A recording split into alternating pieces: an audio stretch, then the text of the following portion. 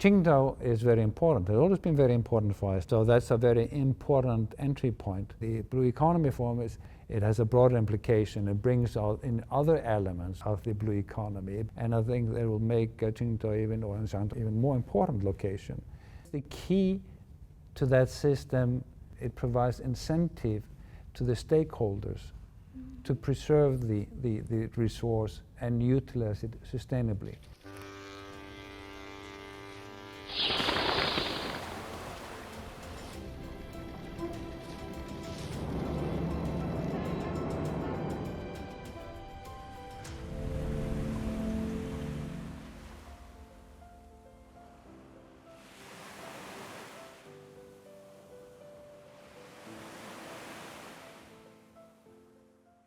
Well, the blue economy has sometimes been called the next frontier, next economic frontier, because the marine environment, the oceans, give so many opportunities.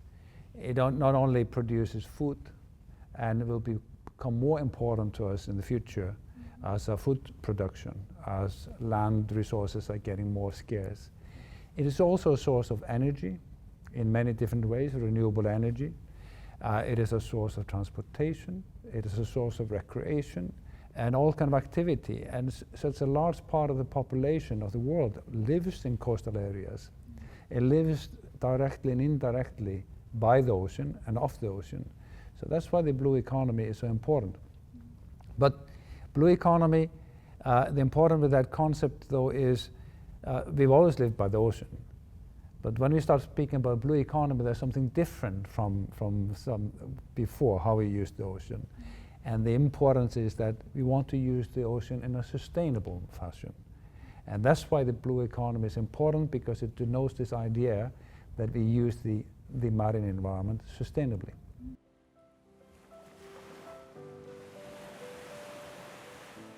The key to that system, it provides incentive to the stakeholders to preserve the resource and utilize it sustainably.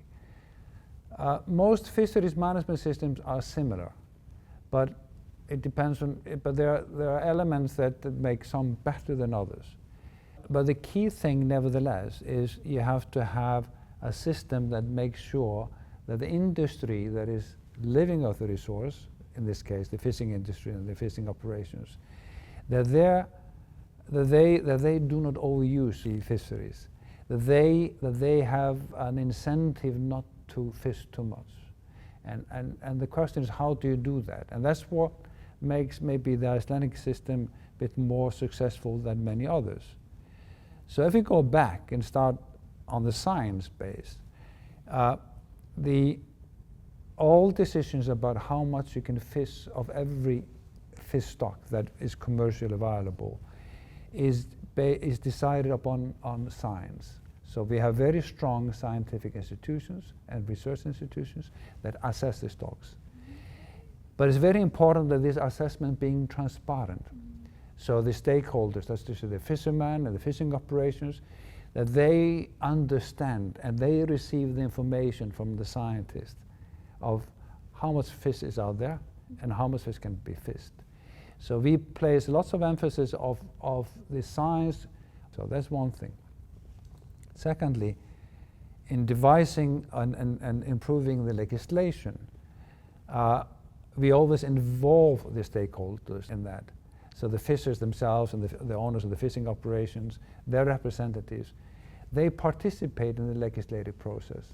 So the state and the parliament, they have to understand the needs of the fishing industry and find a way of meeting their concerns at the same time.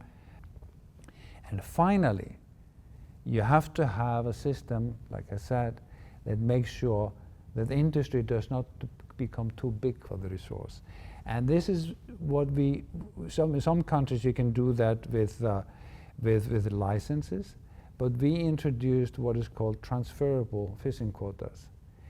That means that the industry, they can buy and sell quotas to the fish. In that system, what is the key thing is that the fishing companies themselves, it becomes their interest to fish less and not more like was in the old days. Before we had a system that encouraged everybody to fish more.